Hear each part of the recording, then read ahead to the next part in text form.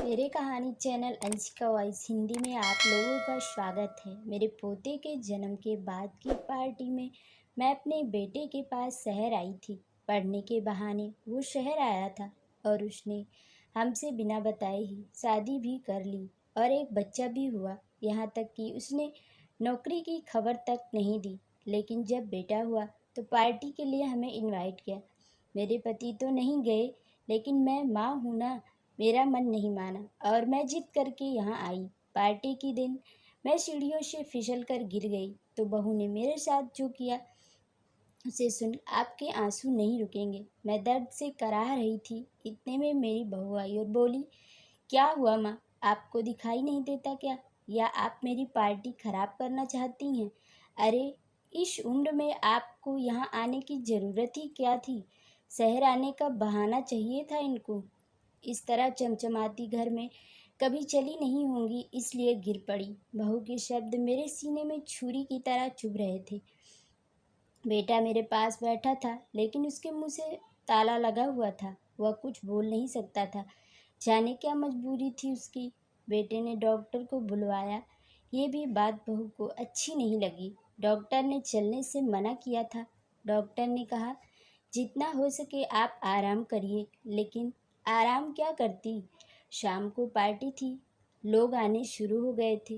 दवाई खाने के बाद शाम को मुझे कुछ आराम महसूस हुआ तो मैं पार्टी में आई।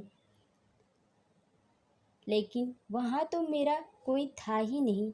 ऐसा लग रहा था जैसे किसी अनजानी जगह में हूँ। पूरा हाल सजा हुआ था। चारों तरफ लाइटिंग जगमगा रही थी। मैंने तो ये सब कभी देखा ही नहीं था। मेरी आंखें फटी की फटी रह गई। मैं बहुत खुश भी थी।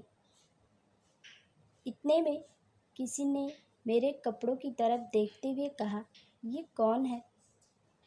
बहू ने जवाब दिया, अरे यार, पार्टी एंजॉय करो, ये मेरी नई नौकरानी है।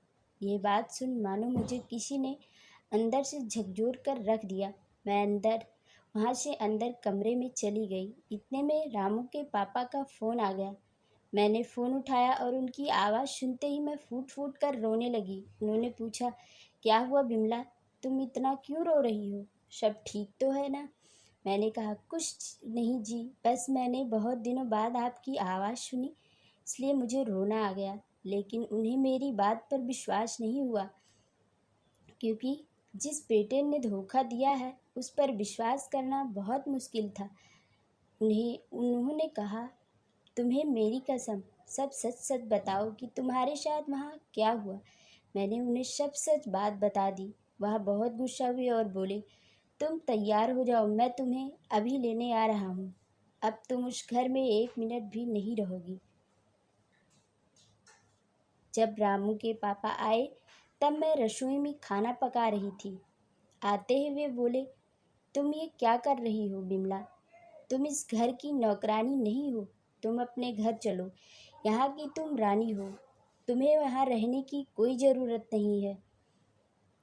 रामू के पास जाकर बोले, बेटा, तुमने जो अपनी माँ के साथ किया उसके लिए मैं तुम्हें कभी माफ़ नहीं कर सकता।